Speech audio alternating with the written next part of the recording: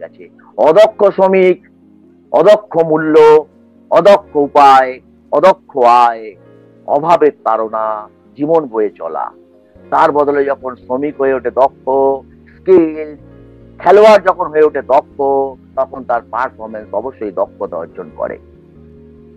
কিন্তু স্যার, কিন্তু madam, my dear friend, আপনার মন কি জানে যে আপনি দক্ষ? আপনার মন কি জানে আপনার দক্ষতার পরিপূর্ণ ব্যবহার করতে? আপনার মন কি জানে আপনার জীবনের উদ্দেশ্য কি? আপনার মন কি জানে যে আপনি গোল্ড মেডেলিস্ট হতে চান?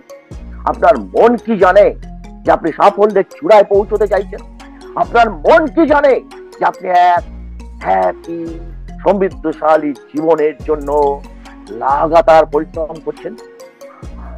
আপনার মাইন্ডসেট এই মনের জানার পথকে গভীরতর রূপে আপনার মনের গভীরে রোপণ করে। সে বিদ্যাই আজ শেখাবো।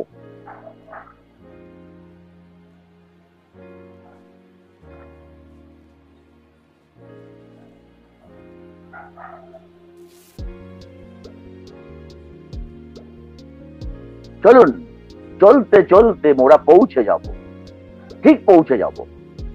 বিশ্বাস করেন, মানসিকতাটাই তো গুরুত্বপূর্ণ।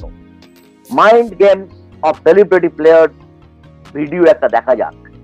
দেখি না তারা কি বলছেন, তারা কি বলছেন একটু দেখার চেষ্টা করা যাক। সেটা দেখলেই বুঝতে পারবেন যে মাইন্ডের গুরুত্বপূর্ণ কতটা তারা দিচ্ছেন।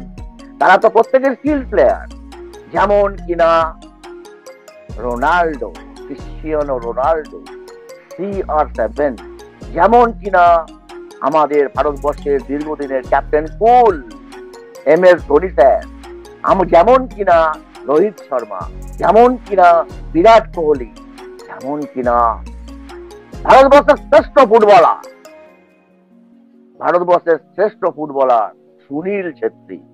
তারা কি বলছে আমরা সেগুলো একটু জানতে চাইবো, আজকে বুঝতে চাইবো, পড়তে চাইবো, পড়তে চাইবো।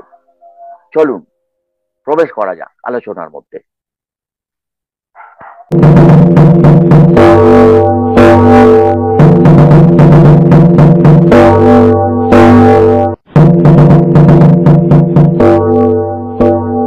If you are able to control your mind, you can actually do a lot of things better in life. Mind is the most powerful thing because what you tell your mind is what will come out. If your mind is not working hard or working properly, you cannot do anything. I think my main strength, it's my mind. How does visualization help with that?